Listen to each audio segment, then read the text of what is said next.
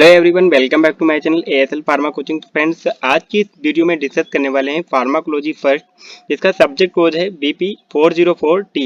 ये B pharma fourth semester का जो है टॉपिक है। यहाँ पर डिस्कस करेंगे यूनिट 1 से लेकर यूनिट 5 तक सारे शॉर्ट क्वेश्चन होंगे। टोटल 44 शॉर्ट क्वेश्चन डिस्कस करेंगे फार्माकोलॉजी के। तो अगर आप फोर्थ सेमेस्टर के स्टूडेंट हैं तो आपके लिए वीडियो बहुत ज़्यादा इंपॉर्टेंट है। तो फ्रेंड्स, अपने दोस्तों के साथ भी फटाफट वीडियो को शेयर कर दीजिए और हमारे चैनल को, अगर चैनल पर नए हैं तो चैनल को सब्सक्राइब कर लीजिए। तो फ्रेंड्स, स्टार्ट करते हैं। सबसे पहले बात कर लेते हैं यहाँ पर क्वेश्चन नंबर फर्स्ट की। अगर क्वेश्चन नंबर फर्स्ट की बात करते हैं, जो कि काफ़ी ज़्यादा बेसिक है, डिफाइन द टर्म फार्माकोकाइनेटिक और फार्माकोडायनेमिक। देखिए, जो फार्माकोलॉजी होती है, फार्माकोलॉजी की जो मेन ब्रांचेस होती हैं, दो ब्रांचेस में इसको डिवाइड किया गया है, फार्माकोकाइनेटिक और फार्माकोकाइनेटिक, और उन्हीं दोनों की डिफिनेशन यहाँ पर पढ़ना है। ठीक है, तो अगर फार्माकोकाइनेटिक की बात करते हैं, it is the means what the body does to the drugs. What the body does to the drug, it involve in the movement of the drugs within the body include। देखो, यहाँ पर बात ये की गई है कि जो बॉडी है, जब भी हम ड्रग को इनटेक करते हैं तो बॉडी क्या एक्शन करती है, क्या रिस्पॉन्स देती है, वो होता है फार्माकोकाइनेटिक। अगर फार्माकोकाइनेटिक वर्ड को दो पार्ट में डिवाइड करें, फार्माकॉन और प्लस काइनेटिक। काइनेटिक का मतलब होता है मूवमेंट और फार्माकॉन का मतलब होता है ड्रग। ड्रग का मूवमेंट जो बॉडी में होता है वही होता है फार्माकोकाइनेटिक। ठीक है फ्रेंड, अगर फार्माकोकाइनेटिक में बात करें, यहाँ पर चार मेन प्रोसेस होती हैं, लाइक एब्जॉर्प्शन, डिस्ट्रीब्यूशन, मेटाबॉलिज्म और एक्सक्रीशन। यानी कि सबसे पहले जब भी हम ड्रग को इनटेक करते हैं तो वो बॉडी में जाने के बाद अब्जॉर्ब होती है, देन वो हमारी बॉडी में डिफरेंट डिफरेंट टिश्यू में डिस्ट्रीब्यूट हो जाती है, डिफरेंट डिफरेंट ऑर्गन में, और देन उसके बाद मेटाबोलाइट होती है, एक्शन आता है, देन उसके बाद एक्सक्रीशन हो जाता है। ठीक है, तो ये चार मेजर प्रोसेस जो होती हैं ये फार्माकोकाइनेटिक के अंडर में होती हैं। जैसा कि हम पहले भी बात कर चुके हैं, what does the body does to the drug. ठीक है, इस तरह से यहाँ पर आप देख सकते हैं। ठीक है, तो यहाँ पर बात कर लेते हैं, ये हो गया फार्माकोकाइनेटिक। आई होप आपको क्लियर होगा। नेक्स्ट बात कर लेते हैं फार्माकोडायनेमिक। अगर फार्माकोडायनेमिक की बात करते हैं, it means what the drug does to the body, यानी कि जो ड्रग का क्या एक्शन आएगा बॉडी पे, उसकी बात करेंगे फार्माकोडायनेमिक में। अगर फार्माकोडायनेमिक वर्ड को दो पार्ट में डिवाइड करें तो फार्माकॉन प्लस डायनेमिक।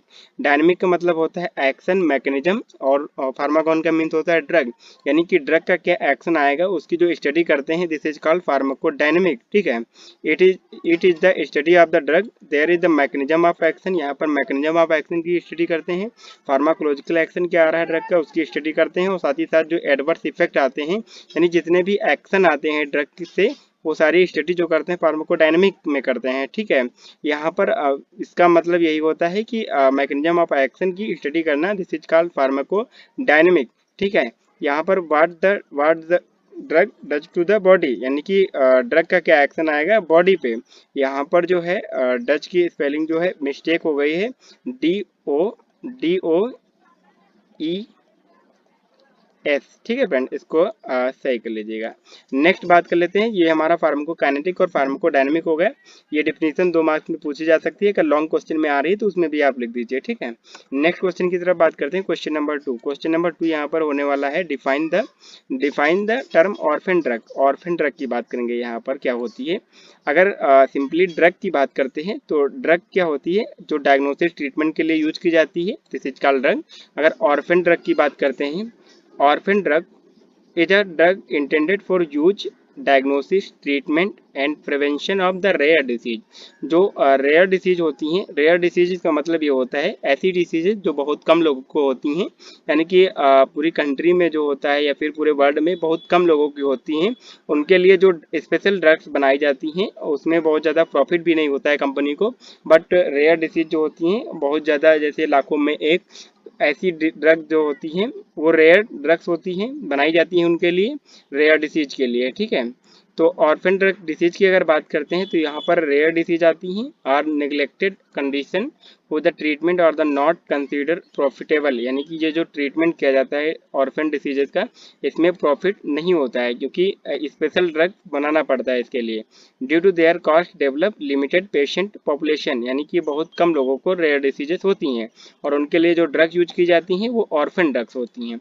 अगर ऑर्फन ड्रग के एग्जाम्पल की बात करते हैं, sumatriptan, rifabutin, digoxin antibody, fomepizole, amphotericin B, nitrate. तो ये सारे एग्जांपल्स हो गए ऑर्फन ड्रग की।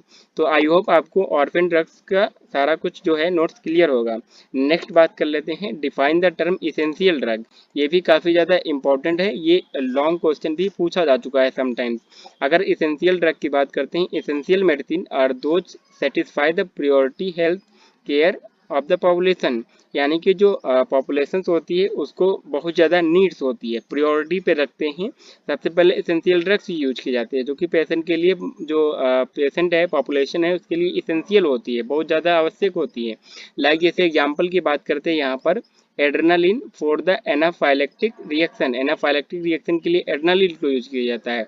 लाइक जैसे कि सीजर आ रहे हैं तो सीजर में डायजेपाम यूज करेंगे, सॉल्ब्यूटामॉल अस्थमा के अटैक के लिए सॉल्ब्यूटामॉल अटैक करेंगे, तो ये इसके लिए इसेंशियल होती है ड्रग, ठीक है, ये जरूरी, बहुत ज़्यादा जरूरी होती है ड्रग, तो ये होती हैं इसेंशियल ड्रग। अगर इसेंशियल ड्रग के मीनिंग की बात करते हैं, यहाँ पर निमोनिक से आप इसेंशियल के निमोनिक से ही आप याद रख सकते हैं। E for effective and economical, यानी कि इसेंशियल मेडिसिन जो होती हैं बहुत इफेक्टिव होनी चाहिए, यानी कि अपना इफेक्ट अच्छे से शो करें, और सस्ती होनी चाहिए, इकोनॉमिकल होनी चाहिए। और बात करते हैं, ये सेफ भी होना चाहिए। सेफ, सेफ का मतलब यहाँ पर ये बात करेंगे कि कोई भी बहुत ज़्यादा साइड इफेक्ट नहीं होना चाहिए, क्योंकि मेजोरिटी ऑफ पेशेंट इसको यूज करेंगे।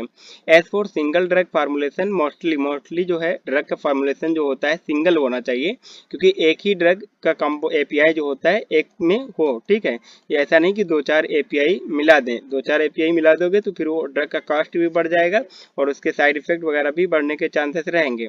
तो सिंगल ड्रग फार्मूलेशन मोस्टली होना चाहिए एसेंशियल ड्रग जो होती है।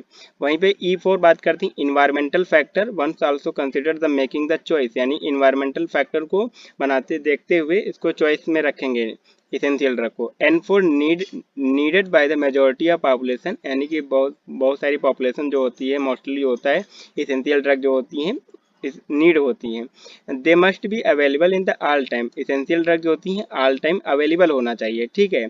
लाइक जैसे हम बात करते हैं पैरासीटामोल, पैरासीटामोल अवेलेबल होना चाहिए, क्योंकि जो है फीवर के लिए पैरासीटामोल को ही यूज करोगे, तो पैरासीटामोल एक एसेंशियल ड्रग होती है, इसको ऑल टाइम अवेलेबल होना चाहिए, इन प्रॉपर डोजेज फॉर्म में होना चाहिए। AIIMS of the optimally use in the limited financial resources, यानी कि सस्ती होनी चाहिए दवाई।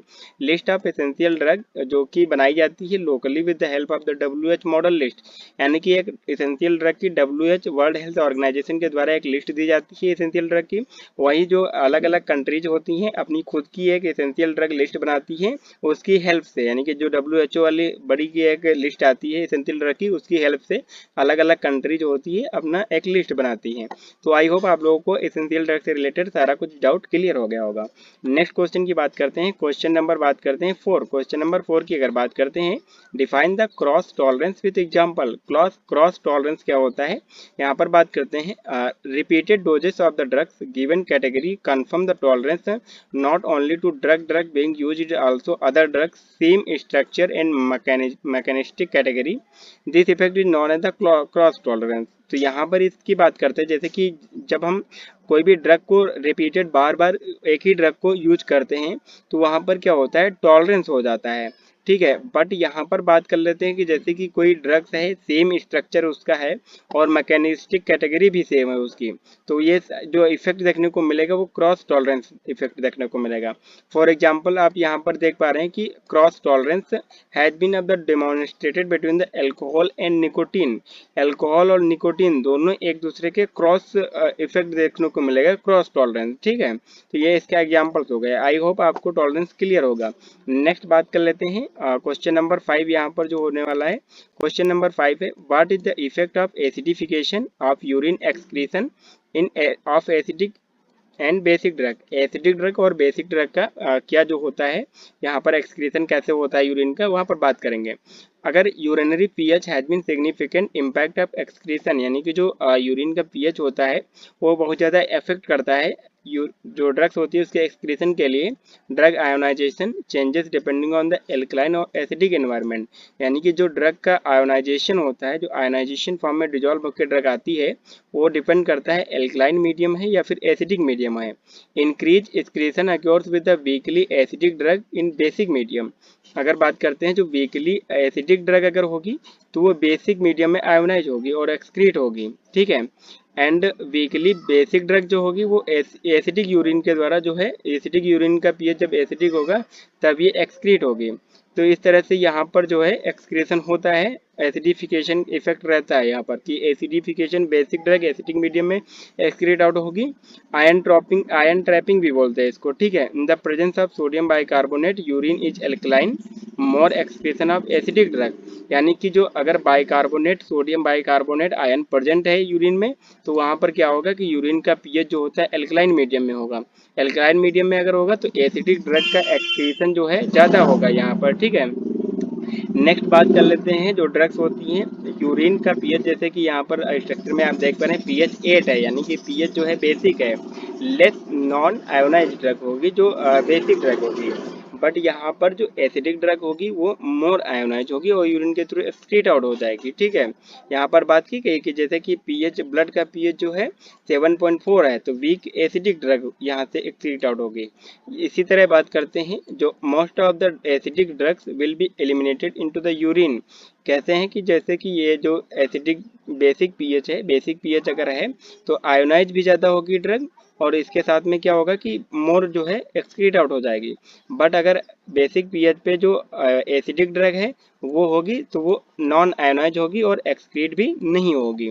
तो ये जस्ट अपोजिट रहता है। बट अब ड्रग के अब्जॉर्प्शन की अगर बात करते हैं, ड्रग का अब्जॉर्प्शन जो होता है वो एसिडिक ड्रग जो होती है एसिडिक मीडियम में अब्जॉर्ब होती है और बेसिक ड्रग जो होती है बेसिक ड्रग बेसिक मीडियम में अब्जॉर्ब होती है। लाइक जैसे कि हम बात करते हैं प्रोप्रानोलॉल जो बीटा ब्लॉकर होती है वो बेसिक ड्रग होती है और वो इंटेस्टाइन का पीएच जो होता है बेसिक होता है, इंटेस्टाइन में अब्जॉर्ब होती है बट अनायोनाइज रहती है। वहीं पे जैसे कि एस्पिरिन की बात करते हैं, एसिडिक ड्रग है तो वो इंटेस्टाइन में एब्जॉर्ब होगी क्योंकि इंटेस्टाइन का पीएच जो होता है एसिडिक होता है।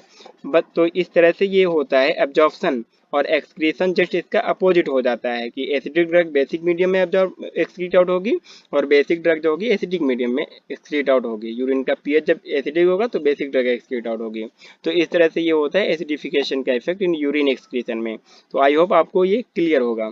नेक्स्ट बात कर लेते हैं क्वेश्चन नंबर 6। अगर क्वेश्चन नंबर 6 की यहाँ पर बात करें, explain the effect of competitive antagonist dose response curve for the agonist. Agonist के कंपेयर में जो कॉम्पिटिटिव एंटागोनिस्ट का डोज रिस्पॉन्स इफेक्ट होता है उसका क्या होता है, बात करते हैं यहाँ पर dose response curve agonist drug with and without presence of the competitive antagonist. यानी कि जो एगोनिस्ट का इफेक्ट होता है कॉम्पिटिटिव एंटागोनिस्ट के प्रेजेंट में और एब्सेंस में दोनों तरह से होता है।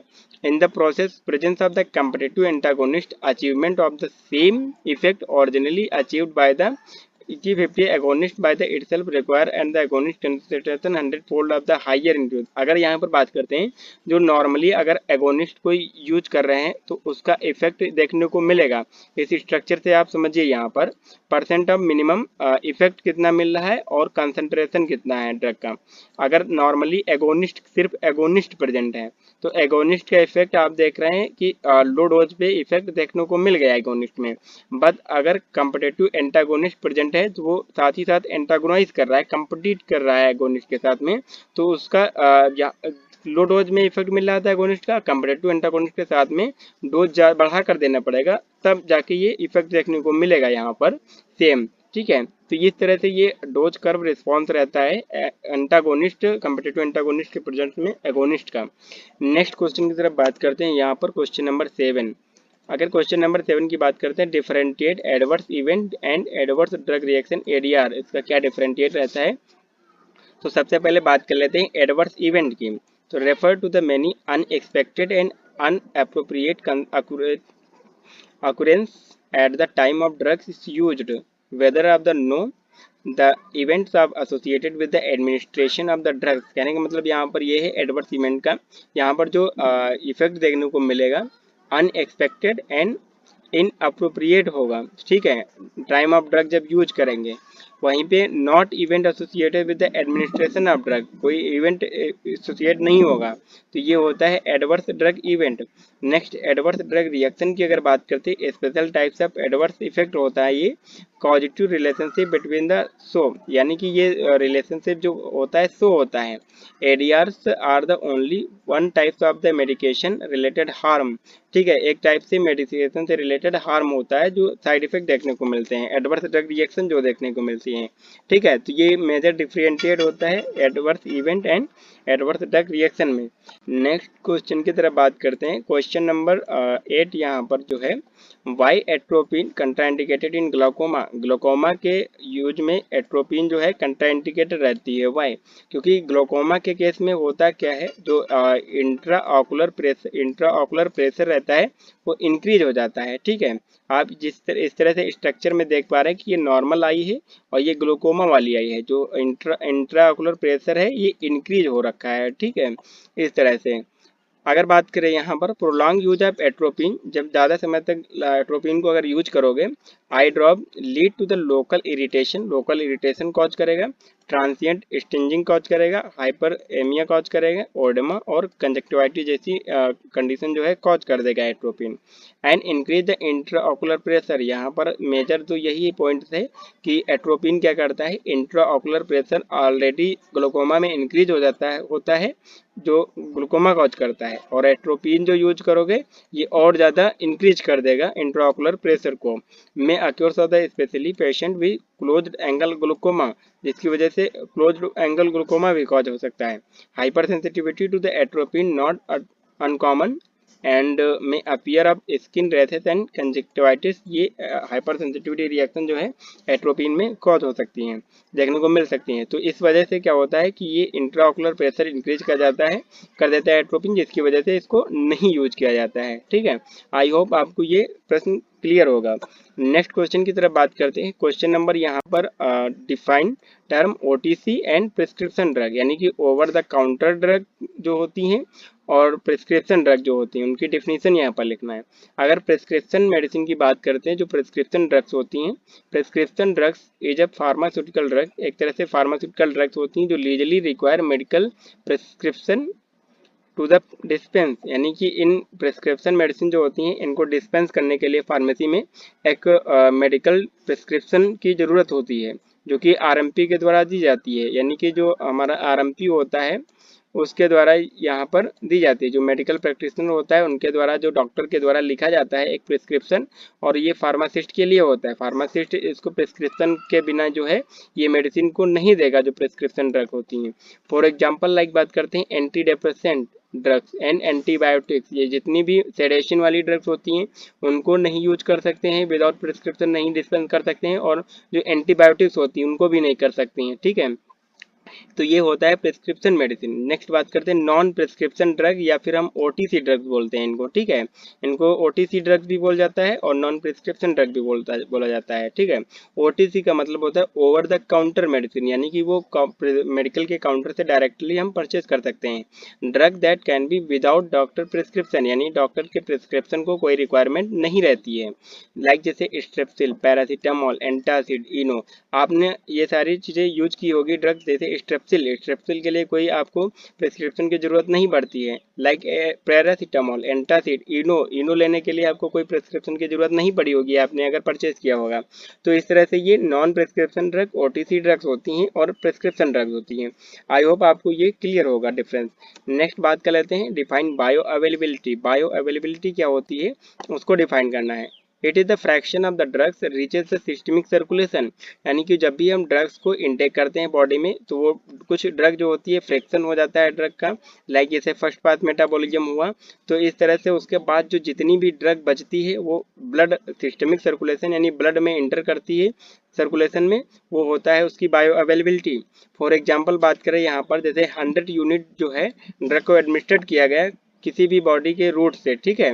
बॉडी में जो रूट्स होते हैं, जो रूट्स ऑफ एडमिनिस्ट्रेशन ड्रग से उसको एडमिनिस्ट्रेट किया गया 100 यूनिट, और 70 यूनिट जो है वो प्रेजेंट हुई सिस्टमिक सर्कुलेशन में, यानी कि 30 यूनिट जो है वो मेटाबोलाइज हो गई, ठीक है।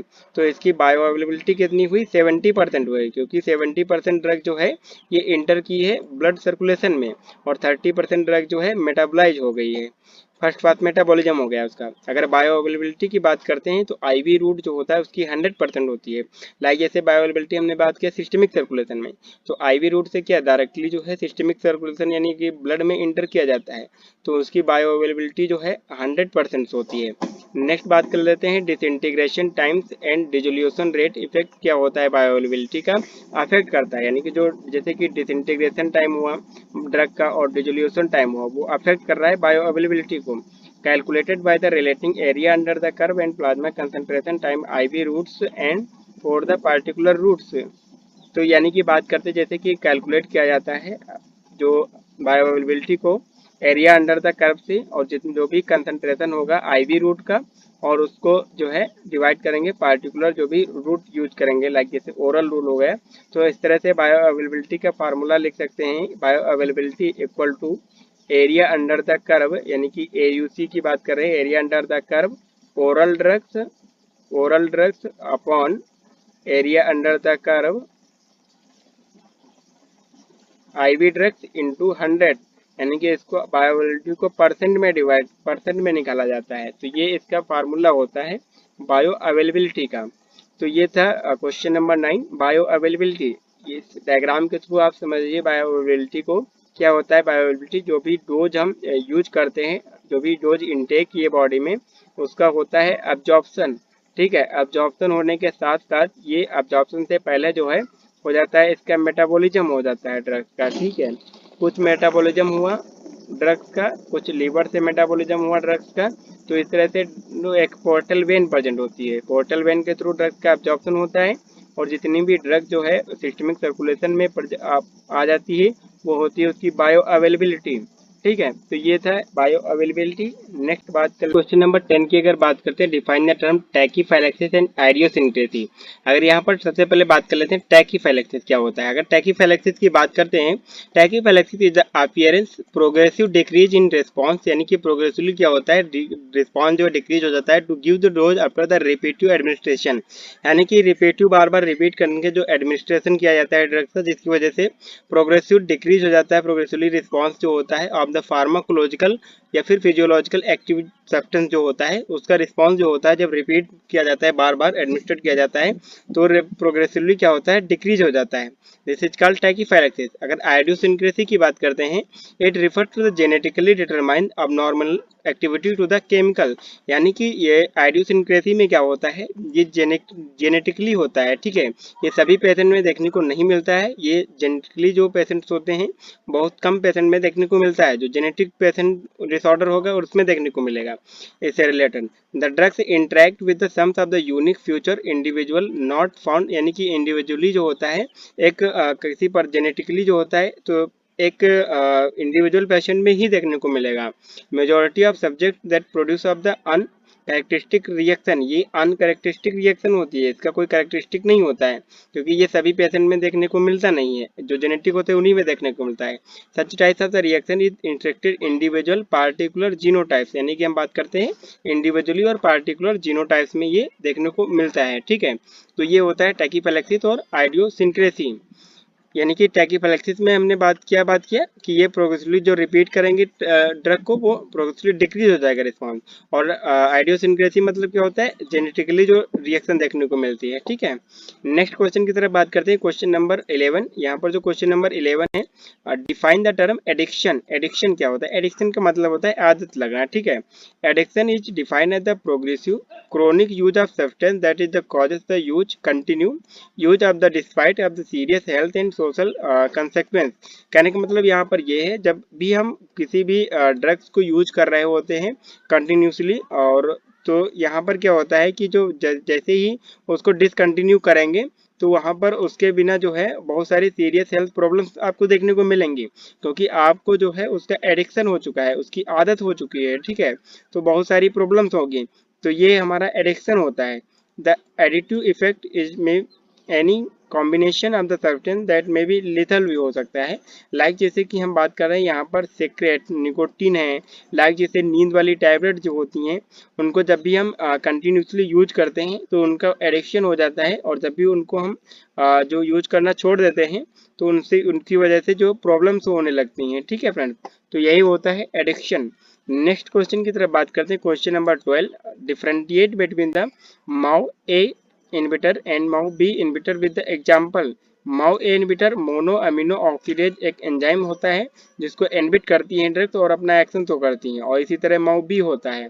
तो माओ ए की सबसे पहले बात कर लेते हैं। प्रेफरेंशियली डीएमिनेट कर देता है 5-HT, यानी कि जो सेरोटोनिन रिसेप्टर होता है, और नॉर एड्रेनालिन Na, ठीक है, and found in the peripheral adrenergic nerve ending, intestinal mucosa and human placenta, इन सारे पार्ट में पाया जाता है।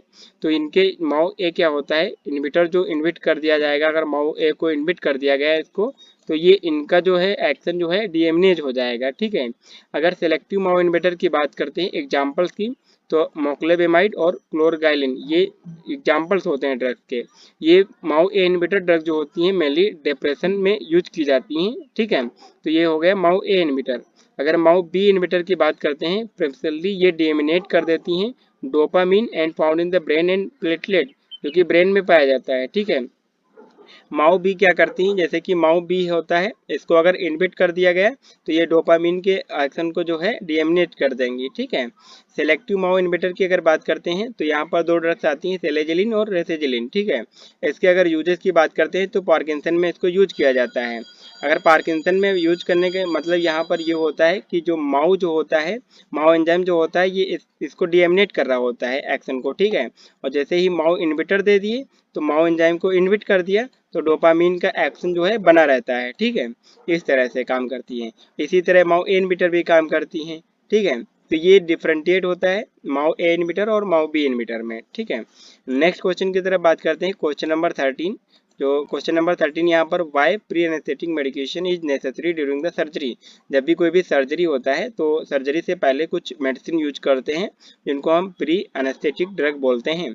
Use drug of before anaesthesia make the more pleasant and safe बनाने के लिए इसको यूज किया जाता है।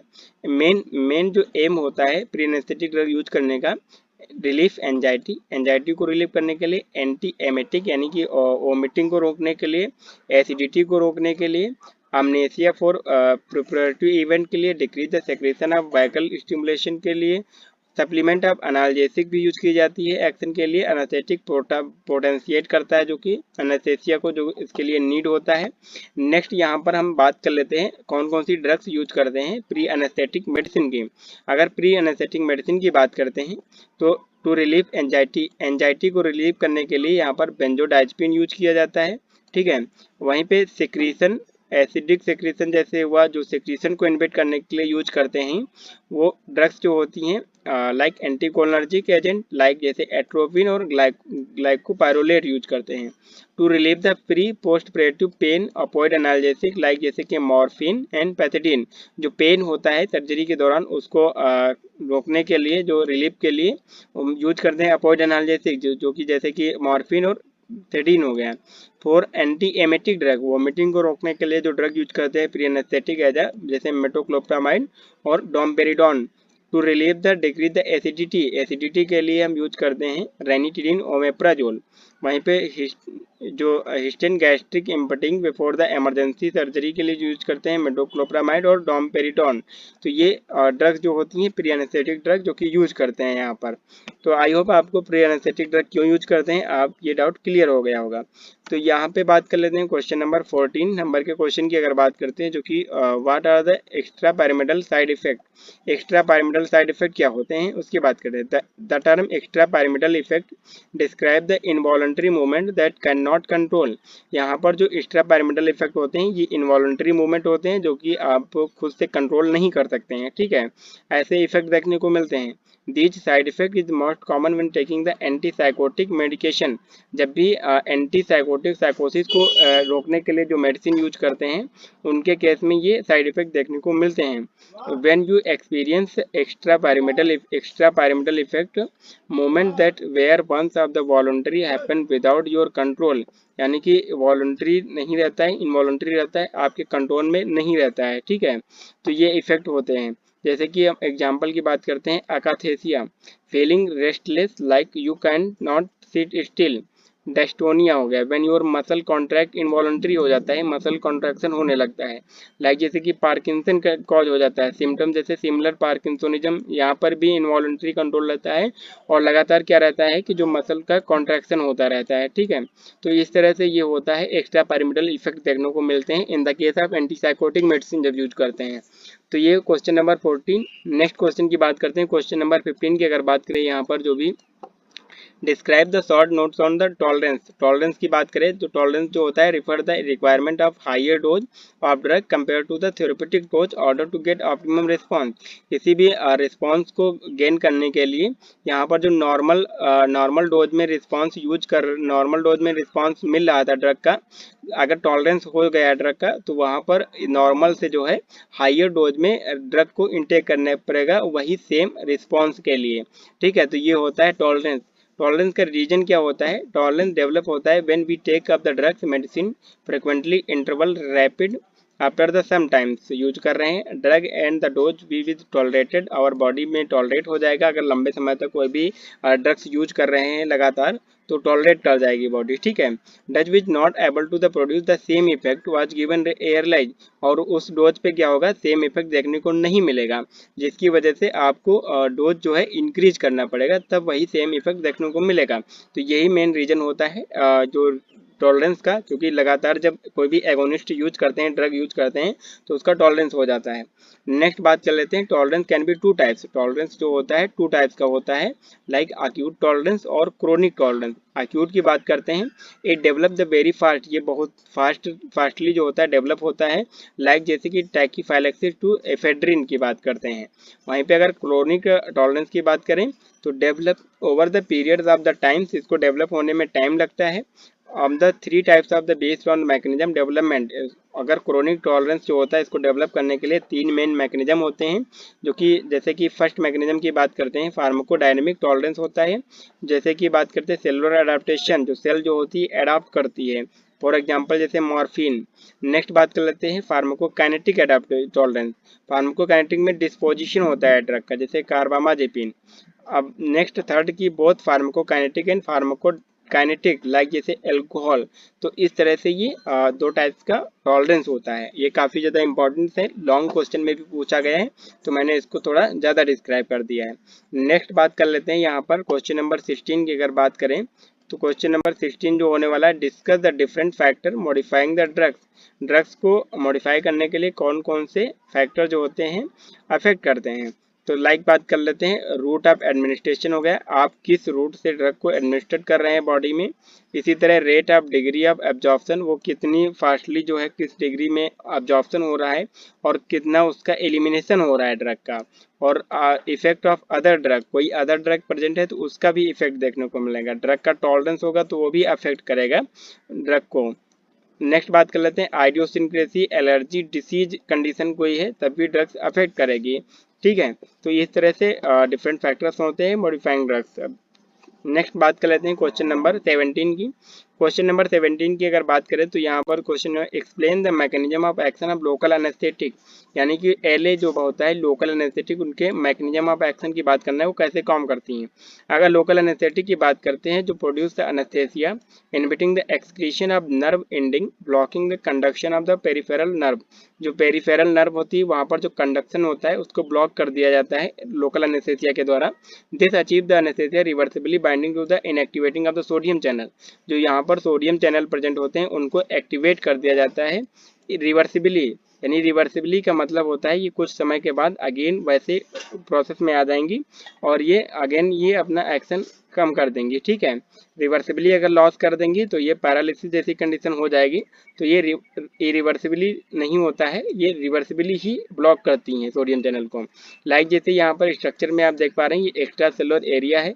यहाँ पर LA जो लोकल एनेस्थेटिक है यूज किया है, ये इंटर किया, इंट्रा सेलुलर सेल के अंदर इंटर किया, और जो LA रिसेप्टर होता है, रिसेप्टर से बाइंड किया, जो एक्सोनल मेम्ब्रेन पे रिसेप्टर प्रेजेंट होते हैं वहाँ से बाइंड करेगा, और जो सोडियम चैनल की एंट्री है एक्स्ट्रा सेलुलर से उसको इनबिट कर देंगी।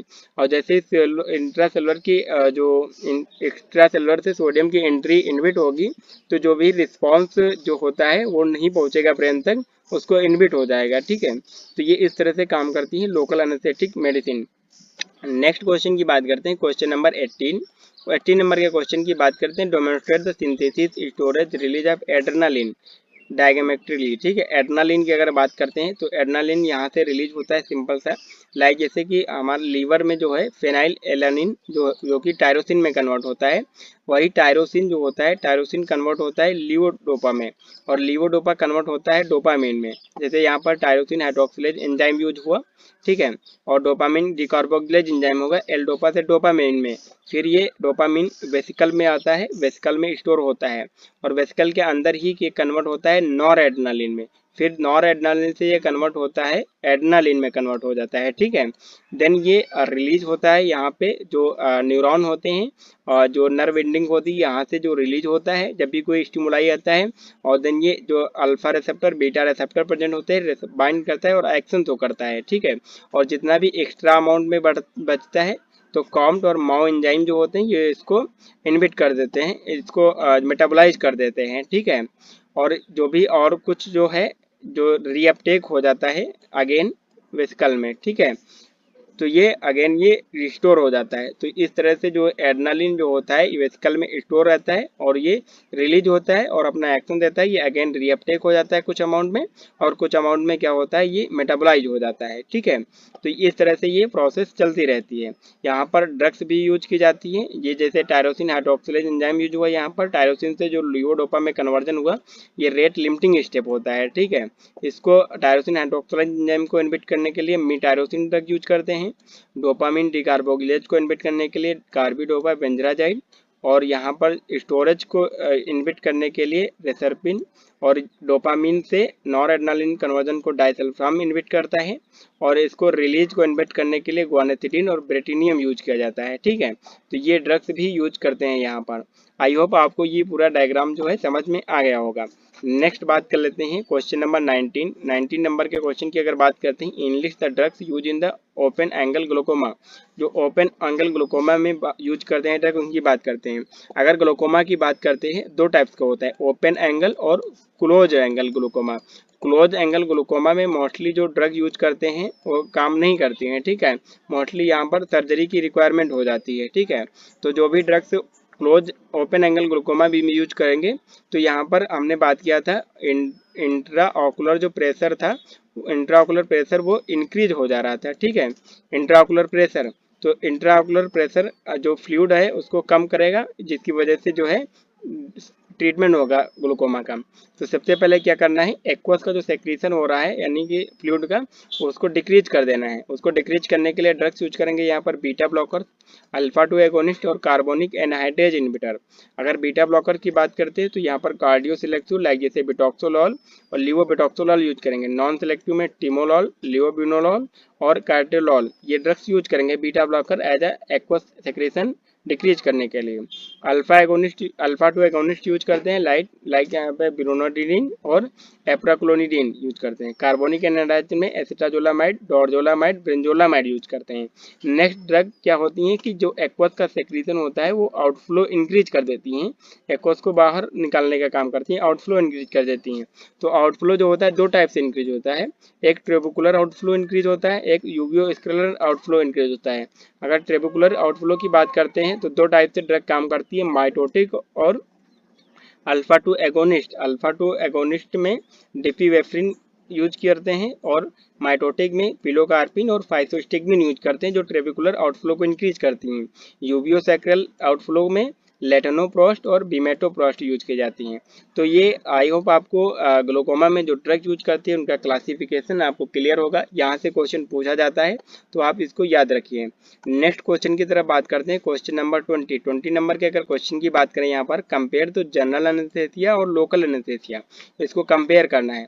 तो यहाँ पर पॉइंट्स जो हैं जनरल एनेस्थेसिया के और लोकल एनेस्थेसिया के हमने मेंशन किया है, आप इसको रीड करिए अच्छे से, ठीक है। लाइक जैसे साइट ऑफ एक्शन, तो जनरल एनेस्थेसिया जो होती है ये सीएनएस पे काम करती है और लोकल एनेस्थेसिया जो होती है लोकली जो पेरिफेरल नर्व होती है वहाँ पे काम करती है। Area of the body involve, यहाँ पर पूरी की पूरी बॉडी इन्वॉल्व होती है जनरल एनेस्थेसिया में। और जो लोकल एनेस्थेसिया यूज करते हैं जो लोकली जहाँ पर रेस्ट्रिक्टेड एरिया जहाँ पर वुंड्स घाव हुआ होता है उसी एरिया में इसको यूज किया जाता है। कॉन्शियसनेस की अगर बात करते हैं तो जनरल एनेस्थेसिया की बात करते हैं, यहाँ पर कॉन्शियस लॉस्ट हो जाता है, ये अनअल्टर्ड रहता है। यहाँ पर कॉन्शियस रहता है पेशेंट ये यहाँ, और जनरल एनेस्थेसिया में अनकॉन्शियस हो जाता है। नेक्स्ट बात करते हैं केयर ऑफ वाइटल फंक्शन, ये इसेंशियल रहता है केयर करना वाइटल फंक्शन को, यूजुअली नॉट नीडेड यहाँ पर नहीं रहता है क्योंकि पेशेंट कॉन्शियस रहता है।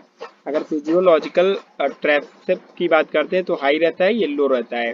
पुअर हेल्थ पेशेंट की यहाँ पर रिस्की हो जाता है जनरल एनेस्थेसिया में, समटाइम पैरालिसिस या फिर कोमा में पेशेंट चला जाता है, बट यहाँ पर लोकल एनेस्थेसिया में सेफ रहता है।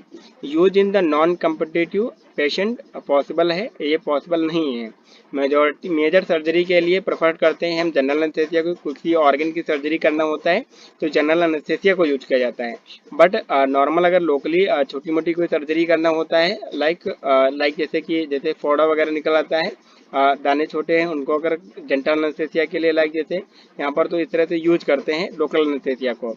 अगर माइनर सर्जरी के लिए बात करते हैं तो जनरल एनेस्थेसिया को प्रेफर नहीं करते हैं माइनर सर्जरी को, और माइनर सर्जरी में जो है लोकल एनेस्थेसिया को ही प्रेफर किया जाता है, ठीक है। तो इस तरह से कंपैरिजन डिफरेंशिएट कर सकते हैं हम लोकल एनेस्थेसिया और जनरल एनेस्थेसिया को। नेक्स्ट क्वेश्चन की बात करते हैं, क्वेश्चन नंबर 21 की बात करते हैं compare drug addiction and habitation. Drug addiction और हैबिटेशन को कंपेयर करना है। तो यहाँ पर हैबिटेशन की अगर बात करें तो डिटर्मिनेंटल इफेक्ट डिफरेंशियल इफेक्ट रहता है और harm of the provisional as well as society also. यहाँ पर हैबिटेशन जो होती है जब भी आपको कोई हैबिट पड़ी हुई है तो आपको खुद को इफेक्ट करेगा, ठीक है, बट अगर आपको एडिक्शन हुआ है तो वो सोसाइटी को भी अफेक्ट करेगा। नेक्स्ट क्रेविंग नील, और यहाँ पर इंटेंस क्रेविंग प्रेजेंट रहती है। नॉट टॉलरेंस, हैबिटेशन में कोई टॉलरेंस नहीं होता है बट एडिक्शन में टॉलरेंस डेवलप हो जाता है। नो विड्रॉल इफेक्ट, कोई विड्रॉल इफेक्ट देखने को नहीं मिलते हैं हैबिटेशन में। यहाँ पर लाइफ थ्रेटनिंग विड्रॉल इफेक्ट जो है देखने को मिलते हैं एडिक्शन के केस में। तो ये मेजर डिफरेंस होते हैं हैबिटेशन और एडिक्शन में। नेक्स्ट क्वेश्चन की बात करते हैं, क्वेश्चन नंबर 22। अगर क्वेश्चन नंबर 22 की बात करते हैं what is the clinical trial, यहाँ पर बात करेंगे क्लिनिकल ट्रायल की। अगर क्लिनिकल ट्रायल की बात करें जो भी न्यू ड्रग डेवलप की जाती है उससे पहले जो होता है डेवलप जो होती है उसके लिए जो है क्लिनिकल ट्रायल किया जाता है। पहले मार्केट में आने से पहले क्लिनिकल ट्रायल होते हैं।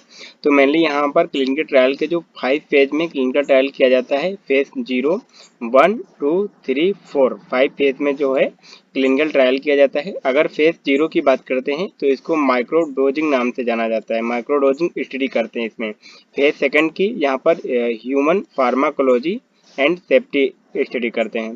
फेज 2 में क्या होता है थ्योरेटिक एक्सप्लोरेटरी स्टडी करते हैं। फेज 3 में थ्योरेटिक कन्फर्मेटरी और डोज रेंजिंग की स्टडी की जाती है। वहीं पे फेज 4 की अगर बात करते हैं तो यहाँ पर पोस्ट मार्केटिंग सर्विलेंस और फार्माकोविजिलेंस डाटा जो भी है वो चेक किया जाता है। अगर यहाँ पर कंडक्टेड ऑन यानी कि कंडीशन क्या रहती है उसकी अगर बात करते हैं तो मेनली फेज 0 में क्या होता है in humans less than 1 part of the 100 dose test किया जाता है। यहाँ पर सब्सटेंस जो कैलकुलेट करते हैं according to the pharmacovigilance data यहाँ पर चेक किया जाता है। जो भी इफेक्ट रहता है लाइक जैसे फार्माकोकाइनेटिक डाटा स्टडी करते हैं और प्री क्लिनिकल डाटा लाइक जैसे कि यहाँ पर ड्रग की टॉक्सिसिटी क्या है, स्टडी डोज क्या होने वाली है, किस रूट से देना है। तो ये सारी जो स्टडी होती है वो फार्माकोविजिलेंस में होती है। फार्माकोविजिलेंस मतलब यहाँ पर बात करते हैं माइक्रो डोजिंग की, ठीक है, जो कि कंप्यूटर बेस्ड सारा डाटा होता है यहाँ पर। नेक्स्ट बात कर लेते हैं यहाँ पर फेज फर्स्ट की अगर बात करते हैं, फेज फर्स्ट जो होता है human pharmacology and safety study, यहाँ पर हेल्दी वॉलंटियर यूज किए जाते हैं, 20 to 80 हेल्दी वॉलंटियर यूज किए जाते हैं, कोई भी पेशेंट यहाँ पर यूज नहीं करते हैं। To know the maximum tolerate dose of the safety and tolerability, यानी सेफ्टी के लिए कितना मैक्सिमम डोज होगा, ये सारी चीज़ें चेक की जाती हैं फेज फर्स्ट में। फेज सेकेंड थ्योरेटिक एक्सप्लोरेटरी, साथ ही साथ इसमें अगर पेशेंट यूज किए जाते हैं 100 to 500 पेशेंट और होमोजेनियस पॉपुलेशन यहाँ पर यूज की जाती है इन फेज सेकेंड में। फेज सेकंड में क्या होता है, to stabilise the theoretic efficacy check करते हैं, साथ ही साथ डोज रेंजिंग और सेलिंग इफेक्ट क्या होने वाला है, कंट्रोल सेटिंग, ये सारी चीज़ें की जाती हैं फेज सेकंड में। फेज थर्ड की अगर बात करते हैं, यहाँ पर थ्योरेटिक कन्फर्मेटरी होता है, यहाँ पर जो पेशेंट यूज करते हैं 5,000 to 3,000 500 to 3,000 पेशेंट जो है यूज करते हैं यहाँ पर बात की करें अगर किस पर्पज से किया जाता है, तो value of the drugs, relation of the existing therapy का वैल्यू क्या है पेशेंट का, उसको जो रिलेशन होता है उसको एग्जिस्ट करता है। यहाँ पर कंफर्म करते हैं सेफ्टी और tolerability large patient population, safety और टॉलरेबिलिटी चेक करते हैं लार्ज पेशेंट में। लार्ज पेशेंट मतलब लाइक जैसे 500 से 3,000 पेशेंट तक यूज कर लेते हैं यहाँ पर। बट फेज 4 की अगर बात करें, यहाँ पर जो फेज 4 होता है पोस्ट मार्केटिंग सर्विलेंस होता है, यानी कि pharmacovigilance, large number of patient यहाँ पर यूज किए जाते हैं जो कि फिजिशियन द्वारा ट्रीट किए जाते हैं, यानी कि ये फेज 4 जो होता है ड्रग मार्केट में आने के बाद स्टार्ट होता है, ठीक है। टू डिटरमाइन द रेयर और लॉन्ग टर्म एडवर्स इफेक्ट, जो भी लंबे समय तक ड्रग के एडवर्स इफेक्ट आते हैं अकॉर्डिंग, जैसे वहाँ पर पेशेंट के द्वारा जो भी बताए जाते हैं, जो भी डॉक्टर के द्वारा जो भी प्रिडिक्ट किए जाते हैं, उन सारे जो एडवर्स इफेक्ट होते हैं उनको इसमें बात करते हैं पोस्ट मार्केटिंग सर्विलेंस में, ठीक है। लाइक जैसे यहाँ पर pregnant women, lactating women, patient with renal floor, hepatic floor, सभी प्रकार के पेशेंट को यूज किया जाता है इन फेज 4 क्लिनिकल ट्रायल में। तो ये था हमारा क्लिनिकल ट्रायल। आई होप आपको ये क्लियर होगा। एक बार इसको अगेन रीड आउट करिए पूरे फ्लो चार्ट को। नेक्स्ट क्वेश्चन की तरफ बात करते हैं। Question number 23, explain the various stages of the anaesthesia. जो यहाँ पर अनेस्थेसिया, जनरल अनेस्थेसिया की बात कर रहे हैं मेनली, जो 4 स्टेजेस होती हैं इसकी जनरल अनेस्थेसिया की। सबसे पहले स्टेट ऑफ अनाल्जेसिया होता है, state of excitement and delirium, state of surgical anaesthesia, ये जो बहुत ज़्यादा इंपॉर्टेंट होता है फेज थर्ड, जो कि सर्जिकल अनेस्थेसिया होता है। सर्जरी जो है फेज थर्ड में होती है, ठीक है। Next state of medullary paralysis, अगर पेशेंट जो है फेज 4 में चला गया तो उसको पैरालिसिस कॉज हो जाएगी और साथ ही साथ डेथ भी कॉज हो सकती है, ठीक है। अगर ज़्यादा सीरियस पेशेंट हुआ तो डेथ भी कॉज हो सकती है। तो फेज 4 मेनली नहीं होना चाहिए, ठीक है, फेज थर्ड तक ही होना चाहिए, जो कि सर्जिकल एनेस्थेसिया यूज करते हैं, यहाँ पर सर्जरी की जाती है, ठीक है, फेज थर्ड में। उसके बाद जो है होश में आ जाता है पेशेंट, कॉन्शियस हो जाता है। बट अगर मेडुलरी पैरालिसिस या फिर फोर्थ स्टेज में गया पेशेंट तो वो कोमा में चला जाएगा और उसकी डेथ हो जाएगी, ठीक है। तो ये स्टेजेस होती हैं जनरल एनेस्थेसिया की। नेक्स्ट क्वेश्चन की तरफ बात करते हैं। नेक्स्ट क्वेश्चन है हमारा 24, क्वेश्चन नंबर 24 की अगर बात करें यहाँ पर, classification of parkinsonism drugs. Parkinsonism drug की अगर क्लासिफिकेशन की बात करें, ये काफ़ी ज़्यादा इंपॉर्टेंट है शॉर्ट क्वेश्चन के पॉइंट ऑफ व्यू से और साथ ही साथ लॉन्ग क्वेश्चन के पॉइंट ऑफ व्यू से। यहाँ पर जो ड्रग्स यूज करते हैं, drug affecting the brain dopaminergic system, कुछ ऐसी ड्रग्स यूज करते हैं जो डोपामिनर्जिक सिस्टम को अफेक्ट करती हैं, और कुछ ऐसी ड्रग यूज करते हैं जो कि affect the brain and cholinergic system, cholinergic drug use करते हैं, ठीक है। अगर इस ड्रग की बात करते हैं, लाइक जैसे यहाँ पर डोपामिन प्रकर्सर लीवोडोपा होता है, डोपामिनर्जिक एगोनिस्ट यूज करते हैं कुछ, जैसे ब्रोमोक्रिप्टिन, प्रोपिनरोल और प्रेमिपेक्सोल हो गया, कॉम्ट इनहिबिटर, COMT इनहिबिटर, इंटैकाफोर और टॉल्काफोन हो गया। साथ ही साथ बात कर लेते हैं जो पेरिफेरल डिकार्बोक्सिलेज इनहिबिटर होती हैं, कार्बिडोपा और बेंजराजाइड, माओ इनहिबिटर, माओ बी इनहिबिटर, सेलेजिलिन और रेसेजिलिन यूज करते हैं। साथ ही साथ glutamate NMD receptor agonist use करते हैं जो डोपामिन को फैसिलिटेट करता है, यानी डोपामिन फैसिलिटेटर वो होता है एमेंटाडिन। एमेंटाडिन बात करें, ये एक एंटीवायरल ड्रग होती है जो कि dopamine as a facilitator use करते हैं यहाँ पर पार्किंसोनिज्म में, ठीक है। नेक्स्ट बात करते हैं कोलिनर्जिक ड्रग की, सेंट्रल एंटी कोलिनर्जिक ड्रग, जो जैसे कि बात करते हैं यहाँ पर ट्राईहेक्सिम फिनाइडिल, प्रोसाइक्लिडिन, बाइपेरिडेन और एंटी हिस्टामिनिक ड्रग्स यूज करते हैं जैसे ऑर्फेनाड्रिन और प्रोमेथाजिन। तो ये सारी ड्रग्स जो है यूज करते हैं पार्किंसनिज्म में, ठीक है। नेक्स्ट क्वेश्चन है हमारा जो कि काफ़ी ज़्यादा इंपॉर्टेंट है, पार्किंसन से रिलेटेड ये भी है। Explain the mode of action of levodopa. Levodopa का मोड ऑफ एक्शन यहाँ पर एक्सप्लेन करना है। अगर बात करते हैं लीवोडोपा जो होता है, डोपामिन एक प्रोड्रग होती है। डोपामिन, लीवोडोपा एक प्रोड्रग है जिसका एक्टिव मेटाबोलाइट जो होता है डोपामिन होता है, ठीक है। एक्टिव मेटाबोलाइट डोपामिन होता है।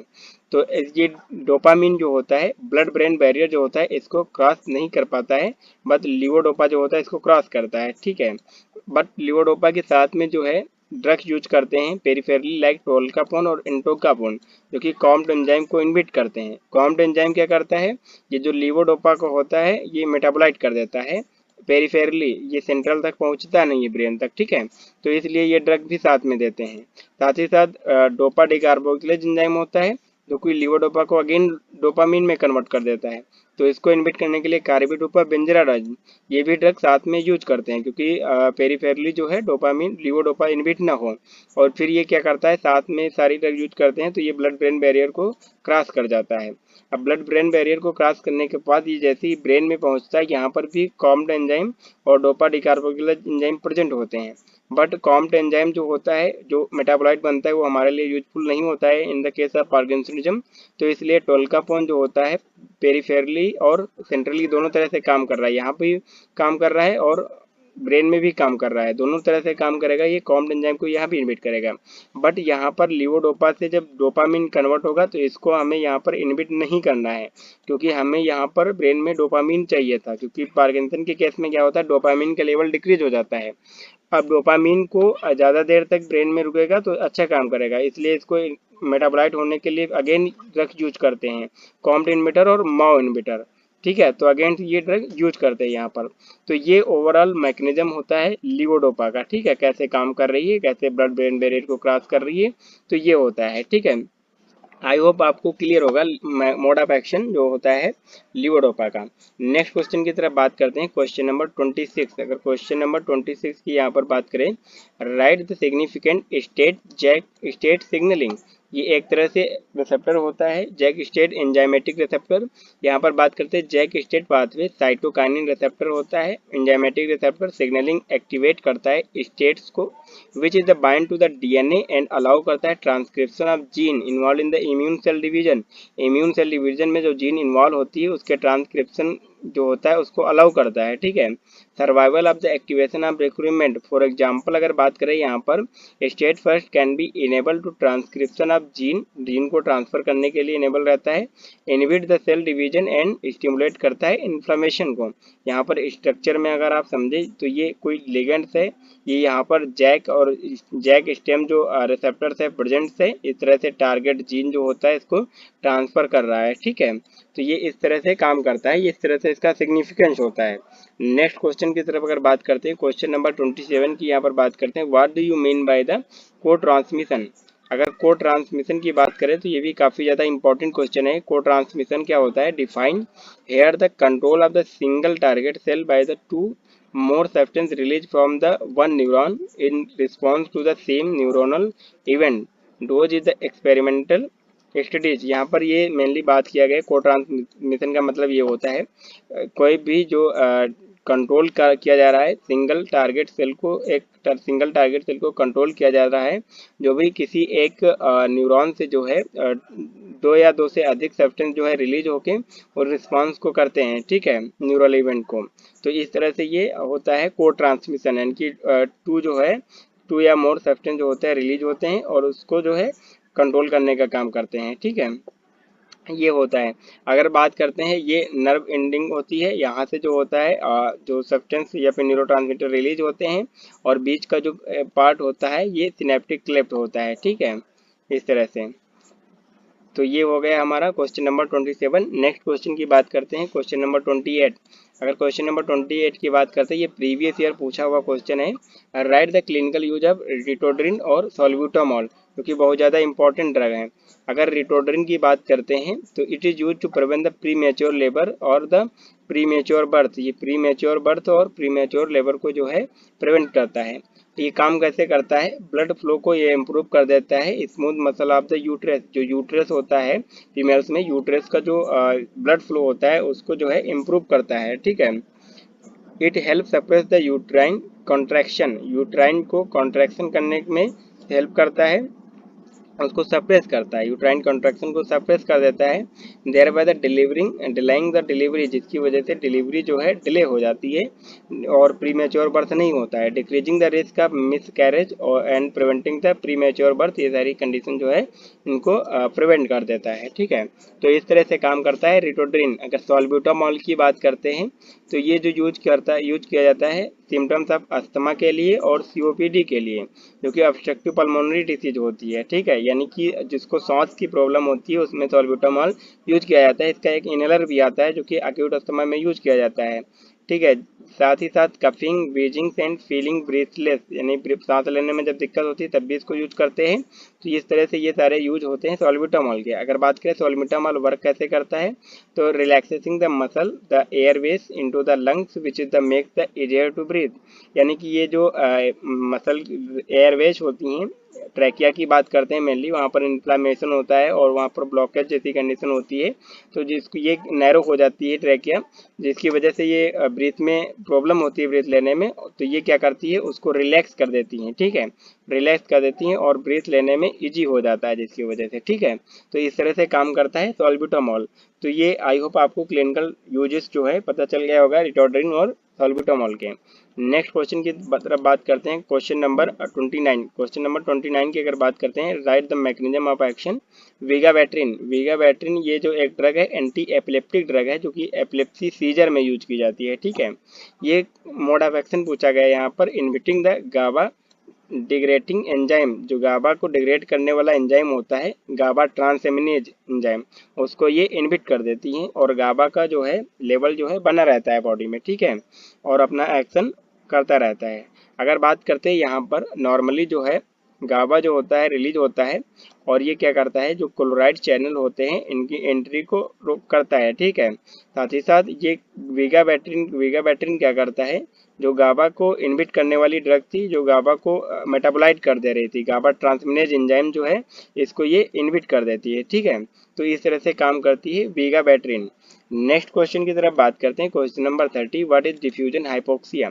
डिफ्यूजन हाइपोक्सिया जो होता है ये मेनली जनरल एनेस्थेसिक ड्रग केस में देखने को मिलता है। डिफ्यूजन हाइपोक्सिया, हाइपोक्सिया का मतलब होता है ऑक्सीजन डिफिशियंसी, ठीक है।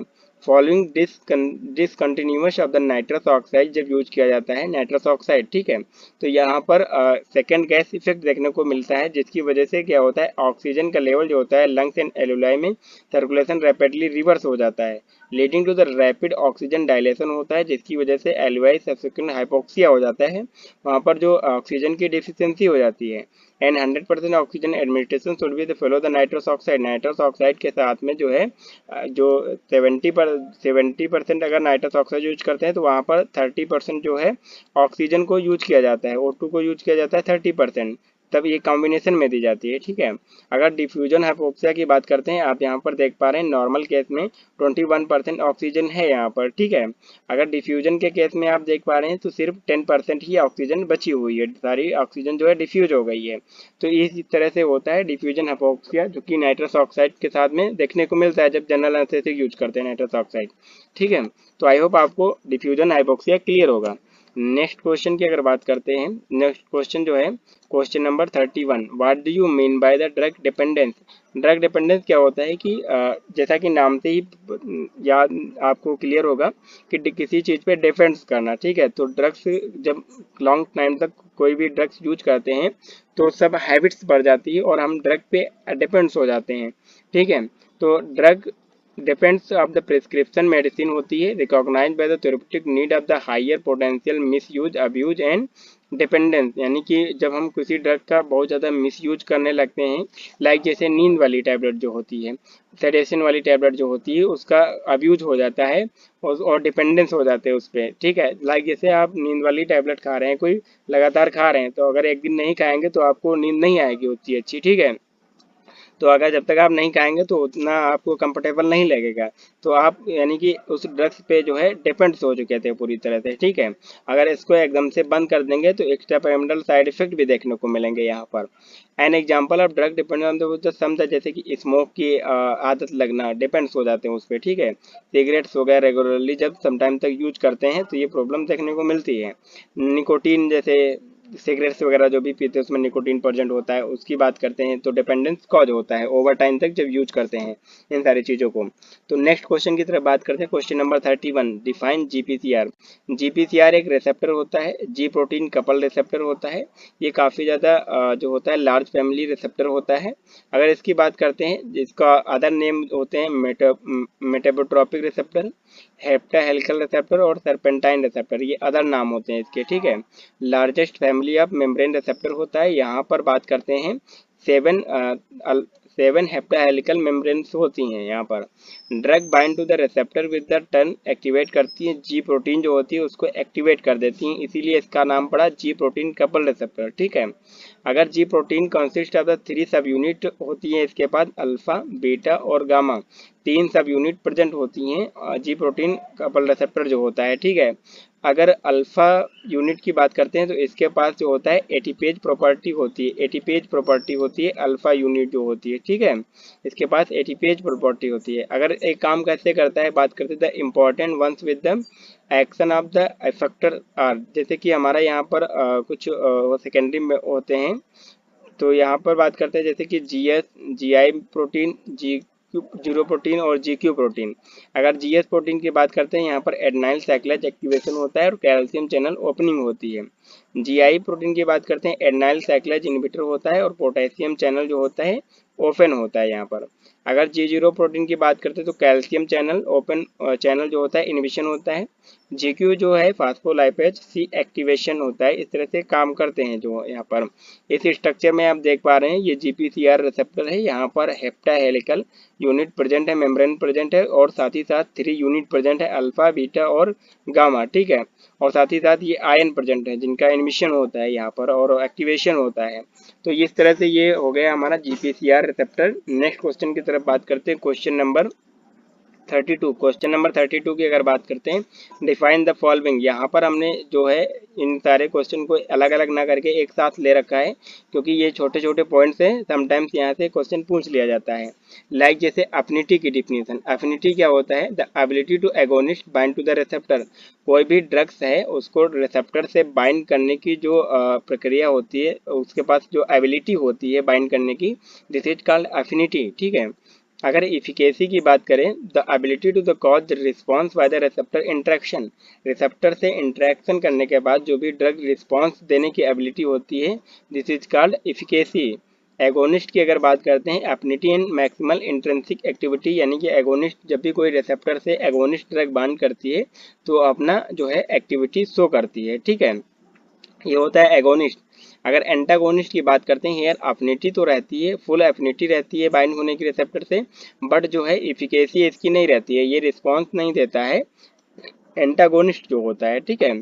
अगर इनवर्स एगोनिस्ट की बात करते हैं, drug bind to the receptor से बाइंड करती है बट अपोजिट एक्टिविटी जो है प्रोड्यूस करने लगती है, तो ये होता है इनवर्स एगोनिस्ट। अगर पार्शियल एगोनिस्ट की बात करते हैं, have the affinity to produce the submaximal effect but action of a full agonist, ठीक है। इस तरह से काम करती है पार्शियल एगोनिस्ट जो होता है। केमिकल एंटागोनिस्ट की बात करते हैं, डायरेक्ट केमिकल इंटरेक्शन होता है बिटवीन एगोनिस्ट से एंटागोनिस्ट से, जो कि प्रिवेंट कर देता है एगोनिस्ट बाइंडिंग रिसेप्टर, यानी कि जो रिसेप्टर होता है जो भी केमिकल एंटागोनिज्म देते हैं, जो कि एगोनिस्ट के लिए रिसेप्टर होता है, उसको ब्लॉक कर देता है, प्रिवेंट कर देता है, जिसकी वजह से एगोनिस्ट का एक्शन भी नहीं मिलता है वहाँ पर, ठीक है।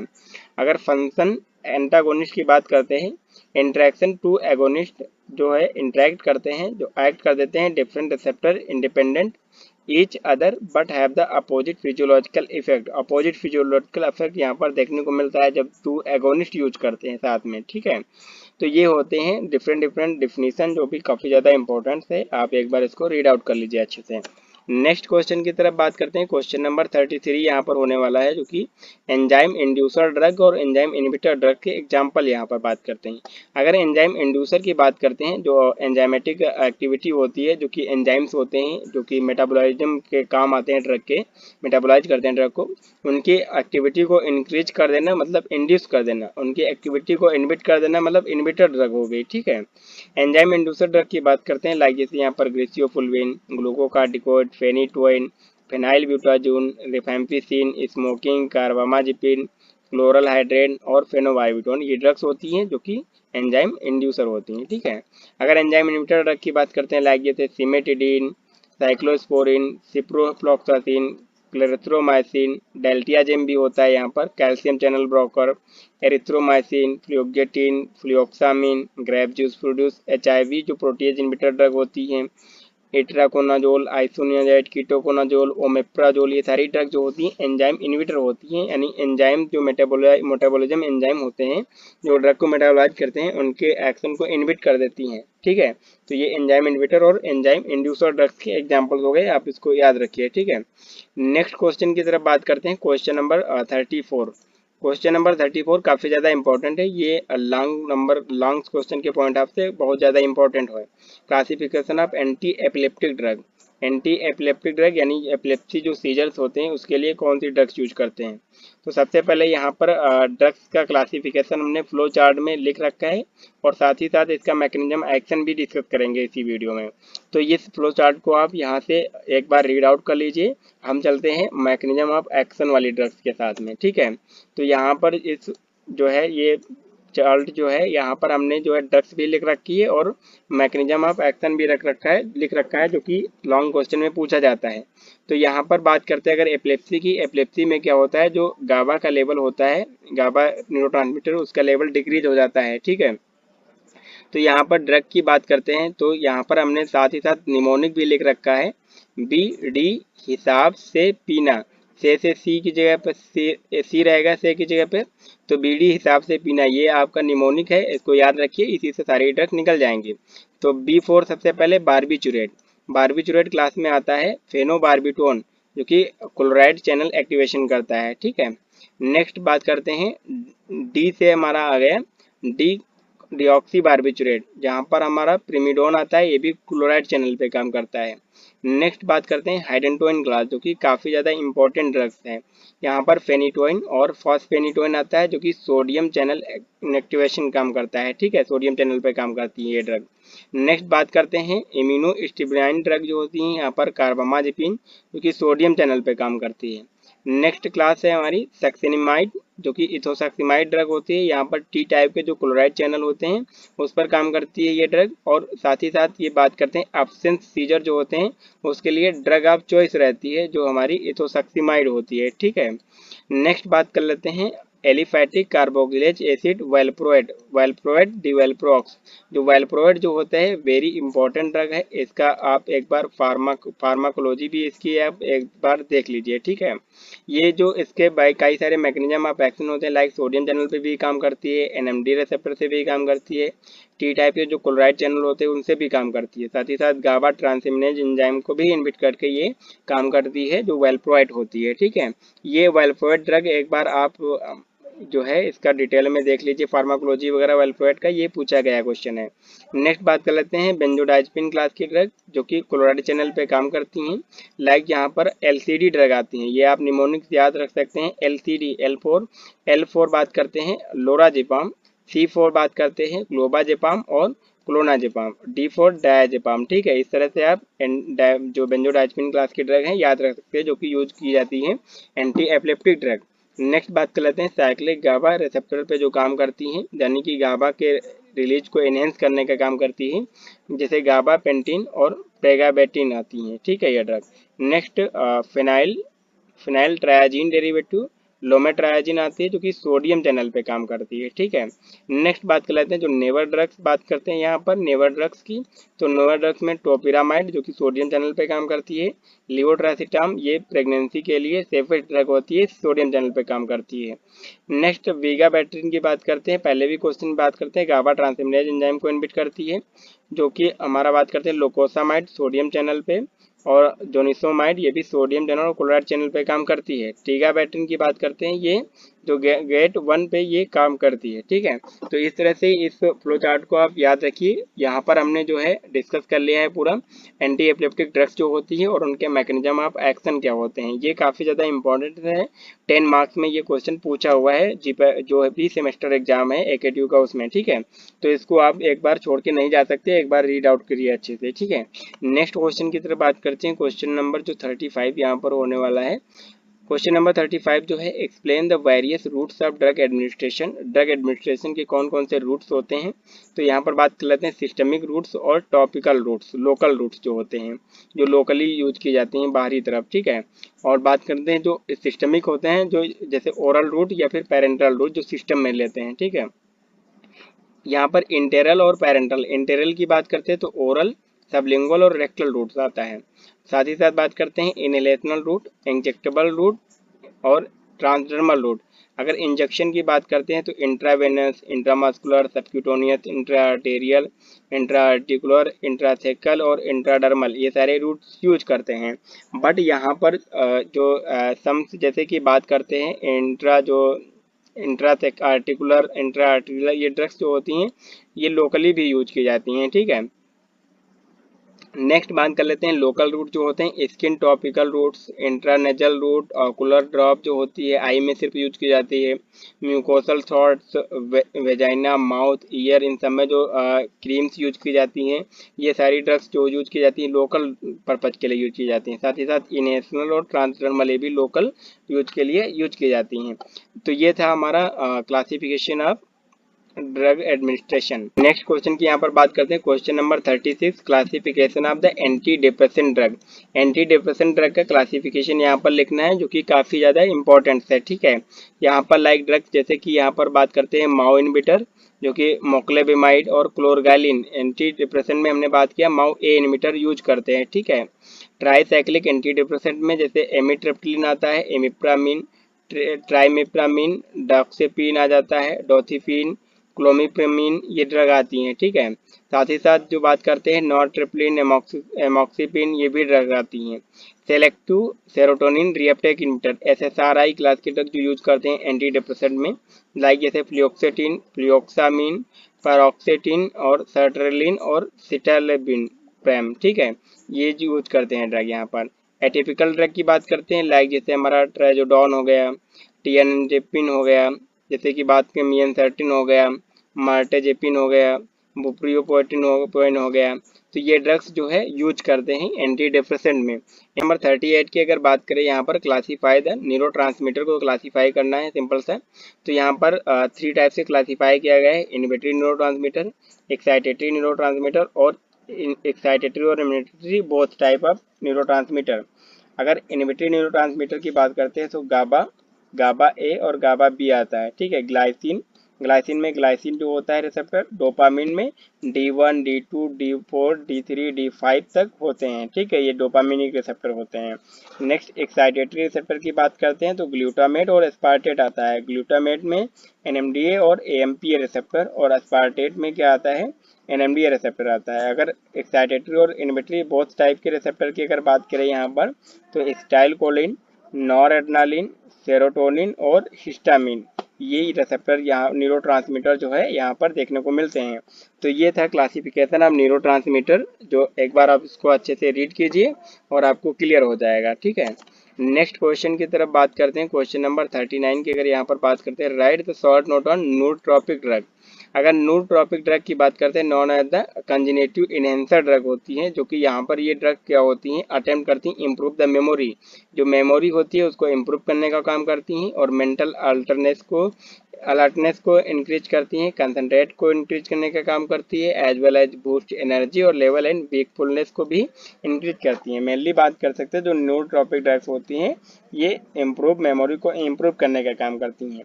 एग्जाम्पल लाइक जैसे एम्फेटामिन होता है। ठीक है, एम्फेटामिन, इस स्ट्रक्चर में आप देख पा रहे हैं कि यहाँ पर जो एम्फेटामिन है और न्यूरोट्रांसमीटर होते हैं, जो न्यूरोट्रांसमीटर की जगह पे क्या कर रहा है कि ये एम्फेटामिन आके बाइंड हो गया माओ एंजाइम के साथ में। ठीक है, इसको इनहिबिट कर दिया, तो इस तरह से काम करता है एम्फेटामिन। तो ये था हमारा नूरोट्रॉपिक ड्रग। ठीक है, नेक्स्ट बात कर लेते हैं क्वेश्चन नंबर 40 की। अगर बात करें यहाँ पर, write down the difference between the benzodiazepine and barbiturate. दोनों की दोनों क्लास की जो ड्रग होती हैं ये सेडेटिव हाइप्नोटिक में यूज करते हैं। अगर बारबिचुरेट और बेंजोडाइज़पिन के डिफरेंस की यहाँ पर बात करें तो they cause the high psychological and physiological dependence. Barbiturate high psychological और फिजियोलॉजिकल डिपेंडेंस कॉज करती है, क्योंकि जो बारबिचुरेट होती है ये क्या करती है, ये गाबा को फैसिलिटेट भी करती है और गाबा माइमेटिक एक्शन भी देती है। बट बेंजोडाइज़पिन क्या करती है, they cause a very less physiological और साइकोलॉजिकल डिपेंडेंस, ये कम कॉज करती है। और साथ ही साथ अगर इसके मोड ऑफ एक्शन की बात करें यहाँ पर तो ये गाबा को फैसिलिटेट करती है only. Long terms use avoided due to the toxicity. Barbiturate toxicity cause कर देता है, लॉन्ग टाइम तक इसको नहीं यूज कर सकते हैं। अगर बात करते हैं बारबिचुरेट का कोई पार्टिकुलर जो है एंटागोनिस्ट भी प्रेजेंट नहीं होता है। Benzodiazepine long term use relatively safe रहती है। और साथ ही साथ इसका जो एक ड्रग्स होती है फ्लूमेजिनिल, ठीक है, फ्लूमेजिनिल एक ड्रग होती है जो कि इसका एंटागोनिस्ट का काम करती है, ठीक है, तो ये सेफ होती है कहीं हद तक। नेक्स्ट बात कर लेते हैं, sleep induce on the causes the hangover effect after the waking up. Hangover effect भी देखने को मिलता है बारबिचुरेट में, बट यहाँ पर जो बात करते हैं, जो इफेक्ट देखने को मिलता है बेंजोडाइज़पिन में, sleep induced by the just like the natural sleep and refreshing the wake up. यानी स्लीप देखने को मिलती है जस्ट लाइक जैसे नेचुरल स्लीप रहती है वैसे ही इसमें इफेक्ट देखने को मिलता है। नेक्स्ट बात कर लेते हैं, increase the duration of the GABA chloride channel opening. जो क्लोराइड चैनल की ओपनिंग होती है ये इंक्रीज करके रखता है ड्यूरेशन को, ठीक है, बट गाबा जो है बेंजोडाइज़पिन क्या है, फ्रिक्वेंसी को इंक्रीज करता है। यानी कि बारबिचुरेट क्या करता है, ये एक बार ओपन कर दिया क्लोराइड चैनल को तो लंबे समय तक ओपन करके रखता है।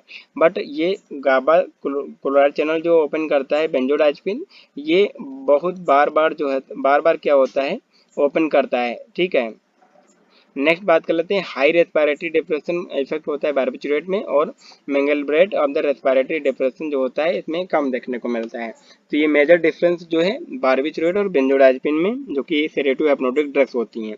नेक्स्ट क्वेश्चन की तरफ बात कर 41 की अगर बात करते हैं, what is the bio transformation, क्या होता है बायो ट्रांसफॉर्मेशन जो होता है, एक तरह से यहाँ पर जो बायो ट्रांसफॉर्मेशन यानी कि जो बायोमोलिक्यूल्स यानी ड्रग्स की बात कर रहे हैं वो ट्रांसफर होती है one part two another part में, ठीक है, ट्रांसफर होती है। लाइक जैसे ये मेटाबॉलिज्म के थ्रू भी हो सकती है और ये एलिमिनेशन के थ्रू हो सकती है। तो बायो ट्रांसफॉर्मेशन के दोनों पार्ट होते हैं, मेटाबॉलिज्म और एक्सक्रीशन।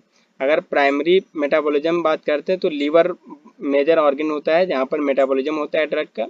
अगर ड्रग मेटाबॉलिज्म की बात करते हैं, मेयोकर्स help in the microsomal enzyme और नॉन माइक्रोसोमल एंजाइम, दोनों टाइप के एंजाइम जो होते हैं मेटाबॉलिज्म में हेल्प करते हैं। फर्स्ट पास मेटाबॉलिज्म एक प्री सिस्टमिक मेटाबॉलिज्म बोलते हैं उसको। साथ ही साथ बात करते हैं मेटाबॉलिज्म जो होता है जो कि हेल्प करता है माइक्रोसोमल एंजाइम, लाइक जैसे कि यहाँ पर मोनोऑक्सीजनेज, साइटोक्रोम P450। तो एक जो है इम्पॉर्टेंट होता है एंजाइम जो होता है microsomal, cytochrome P450 super family जो होती है ये क्या करती है 50% तक ड्रग को खुद अकेले ये खुद ही जो है फैमिली मेटाबोलाइज करने का काम करती है। साथ ही साथ बायो ट्रांसफॉर्मेशन जो होता है यहाँ पर एलिमिनेशन जो होता है, एलिमिनेशन की प्रोसेस जो होती है वो भी बायो ट्रांसफॉर्मेशन का ही पार्ट होती है। तो इस तरह से ये होता है बायो ट्रांसफॉर्मेशन।